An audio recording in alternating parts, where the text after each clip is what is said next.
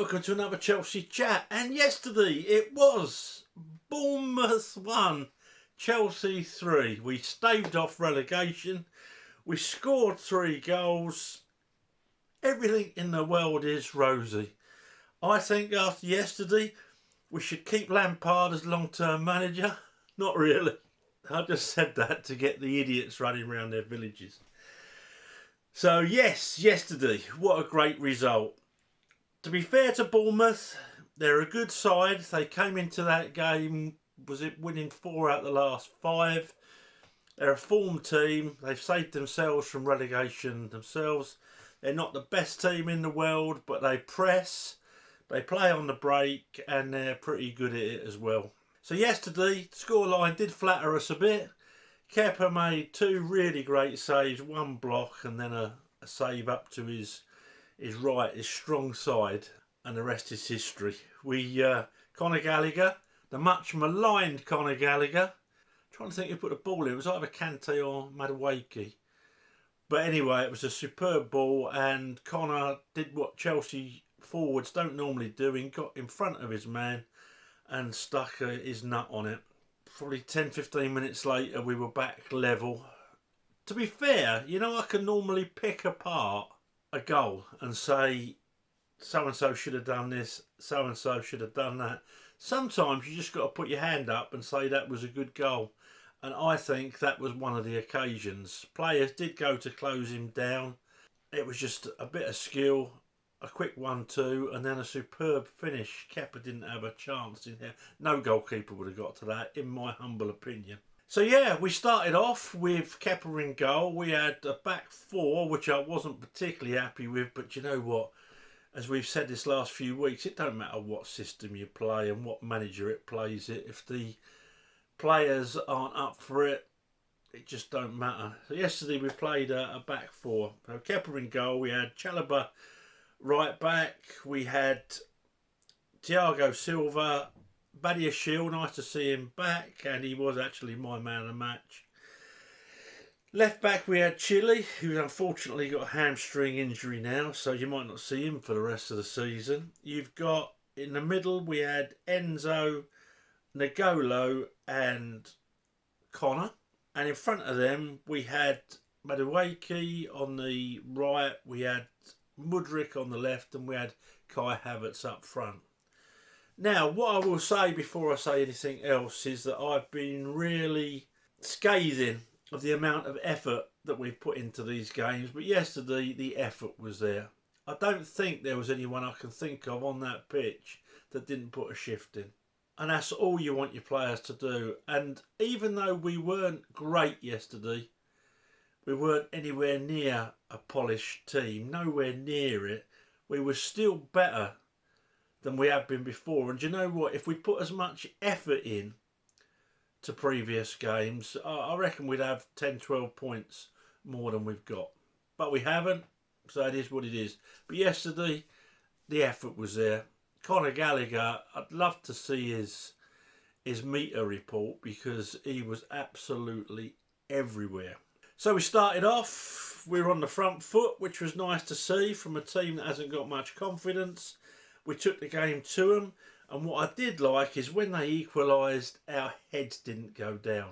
We had sort of 5 minutes where everyone was looking at each other saying, well, what's happened here? Well, this is going to happen again.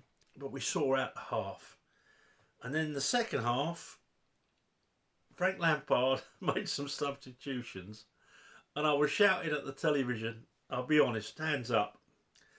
What are you bringing Sterling and Ziyech on for? I still don't know why Ziyech is playing if he's leaving at the end of the season. Perhaps he's such a miserable sod on the training ground that Frankie just wants to keep him happy. That's anything I can. But when they came on, they got booed on by the away crowd. The away crowd were brilliant, by the way. You could hear them on the stream. But yeah, when they came on, they got booed. And I don't know if it was sort of like an epiphany for Sterling or whatever, but Sterling for 15-20 minutes was like the Manchester City Sterling. He was running at players, but he was beating players. He was looking up, and then Played a lovely ball for Felix to score the third goal.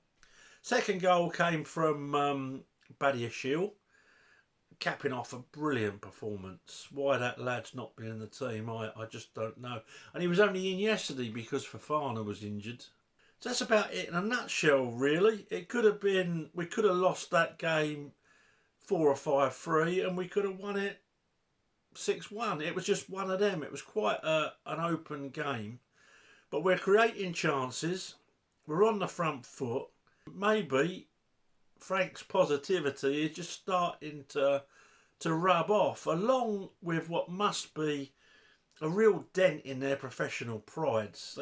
You can go round saying you're Billy Big kahunas, but if you don't show it on that pitch, what's the point? So they must be, when they go out and they're drinking with other players and that, well, I don't know if they still drink, some of them will do, but they're socialising with other players from other teams. They must be embarrassed, mustn't they? I would be, and I think most of you guys and girls that watch these would be. So anyway, let's get straight on with the scoring. Kepa is going to get a 7. He made that one to his right. I know it was his strong side, but he did well. Obviously, there was a couple of times he looked dodgy in the air, but he always will do. He's not Chelsea quality. Let's be honest. He's a good goalkeeper. He's a good Premier League goalkeeper, but he's not the top goalkeeper. He's not a Peter Cech. He's not a Thibaut Courtois, much as I hate to say it. But yesterday, he played well. He had a good game. In front of him, Chalobah gets a 5. I thought Chalobah did really well, particularly defensively. But you know what annoyed me? And it's not his fault, it's my fault. Because I'm used to seeing, say, Reece James there, or even Ruben Loftus-Cheek, and they'll take it forward and they'll cross it. Every time Trevor got it on a halfway line, it seemed to go backwards, and it ended back with our goalkeeper. You know, our possession, I think, was about 68% on it. Well, I think probably 67% of that was Trevor passing backwards. He gets a 5. He done all right, and he put a shift in. He's just getting used to that right-back role, really, isn't he? He's been playing centre-half since he got in the side. Then we've got Thiago Silva. There's all this lark about this penalty. I thought he got the ball. I think, do you know, if you're on VAR and in slow motion, you can't tell if he got the ball or not. You can't give the penalty, can you? It's as simple as that. Because it's not a clear and obvious mistake. So anyway, apart from that, Thiago Silva, really, really good, decent game. And he gets a 7. Badiashile, nice to see him back in the side. Game before where he played, 3-4 games ago, he looked a bit shaky. But yesterday, he was back to his best. No prisoners taken in tackles. I think he got booked, actually. But, you know, he got proper stuck in. Won all his headers that I can remember. I can't think of him getting beat. And scored a goal. What can you say? And Badiashile, because of that, is my man of the match with an 8. Chile gets a 6. Played decent, defensively decent, got ripped a new one a couple of times, but that's largely because he's in a back 4 and he had Mudryk doesn't cover, and Mudryk didn't have his best game yesterday, but he doesn't cover defensively. Funny enough, he did in midweek against Arsenal, but not yesterday. In front of him, Enzo gets a 5.5. Last 2 or 3 games, he's looked fed up. He's looking up. You know what I think it is? I don't think he's a natural DM. I think Kante and Enzo Fernandez should be playing just in front of an actual DM, you know, a Declan Rice or someone of that ilk. I think you need a proper DM who will sit there, you know, a Makalele type character. And I don't think it's doing his game any good having to play that. Especially when you've got no one moving in front of you, which was a bit better yesterday, but still nowhere near what it should be. Kante gets a 5.5. Loads of effort. Little man was everywhere yesterday. Gave the ball away a lot cheaply, and might have been a 6 apart from one Well, he looked like what they call them, whirling dervishes. He looked like that when he went to take a shot. Just clipped his foot, and I think it went out for a throw. But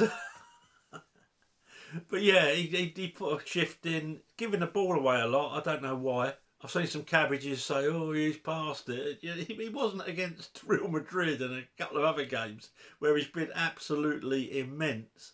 And it looks like his hamstring's holding up. So do you know what? He'd be one of the first. Him and Mount would be the first people I signed on new contracts. Conor Gallagher gets a 6.5. Worked his... No, he doesn't. He gets a 7. Worked his socks off. And I have my doubts at times about his quality. Sometimes he's like a headless chicken. But you know what? When you're fighting and when you need to close space down, there's no one better. There's no one better. So yeah, Conor Gallagher gets a 7. Mudryk gets a 5. Very tightly marked. Typical winger, just stays out there. Didn't give a lot of cover to Chilwell. Don't know, he just looked off it yesterday. So it needs the minutes. You need to stick with these young lads and play them. So he gets a 5. On the other hand, who could easily have got my man of the match, Madueke gets a 7.5. Very positive. Alright, he's a young lad. He's going to make mistakes. He's going to make bad decisions. Sometimes, he shot yesterday to the near post. And he should have just whacked it as hard as he could along the ground so the keeper couldn't get it. But we had a chance of either one of our forwards knocking it in, or even going in off one of their defenders if you hit it that hard across. But he's going to learn that, isn't he? And not being funny, if I was playing in the Premier League and I was 21, and I could see the goalkeeper's foot maybe 6 inches away from the post, I'd probably have a bang at it. I think we probably all would. You just like that. You just think, oh, it's an opportunity. But he'll learn, and I thought he was really good yesterday. It was refreshing to see someone just have a go. And up front, Havertz gets a 6. I'll tell you what, Kai Havertz yesterday ran his socks off. I watched it for a second time last night, and I hadn't really noticed much of Kai Havertz really, and I thought to myself, has he had one of them lazy games? Has he thought, I know what I'll do an impression of Aubameyang? And so I thought I'd watch it, and I watched it, and I just watched Havertz, and he put a proper shift in, got back defensively, always cutting down space, making himself available up front. He's not a centre forward as long as he's got a hole in his bum, but you know what? He put a shift in. And he can't help it if Lampard or Potter or anyone doesn't put David Datro Fofana in and think, right, we've got a young centre forward, let him have a go. Maybe stick Havertz, bring Havertz on, stick him behind him at times. I just don't understand that decision. But there you go. Lampard got a bit narky in the conference after when a press officer asked him I think 3 players, one of them being David Datro Fofana, if he was fit. And Lampard said, why do you always ask that? Press bloke got out of it some way, but he always asks it because everyone wonders why, Frank. You're not going to be watching this, I know. But that's why. Because everyone thinks, why isn't that young lad getting a run? The 2 half games he's had, he's looked a proper player. So yeah, you can't do nothing about the team selection. But I thought I was happy with the team selection yesterday. I'm sure there's loads of people that weren't, but none of us are managers, so we have to just suck it up, don't we? No matter how many posts we put on Facebook or Twitter. Second half, he made some substitutions, and Sterling and Ziyech were excellent for their cameos. And if Sterling had played like that all season, again, we'd probably have 10 extra points. It's all if, buts and maybes, isn't it? Based on a win away at Bournemouth. I'm getting overexcited. I know I am. So, but it's been so long, isn't it, since we got a win, and since we got 3 goals. Leicester away, wasn't it, the last time? So that's it, really. We probably got away with one, but I think we deserved to, obviously on possession, but a lot of that possession was negative stuff that went backwards. But I think we deserve to, on sheer effort. If you go out there and you match people for effort and desire, you're halfway there, no matter what the system you're playing. And obviously, because they've had a bit more time to work, it'll gradually gel as a team. And then you'll get another manager in, and that'll be torn apart, probably. But it is what it is. We need a new manager, we need an elite manager. And if we can't get one, then we need Pochettino. Right, that's all. Thanks for watching. Please subscribe to the channel and throw the video a like. It helps me. And I'll speak to you after Forest, if not before. Up to Chelsea.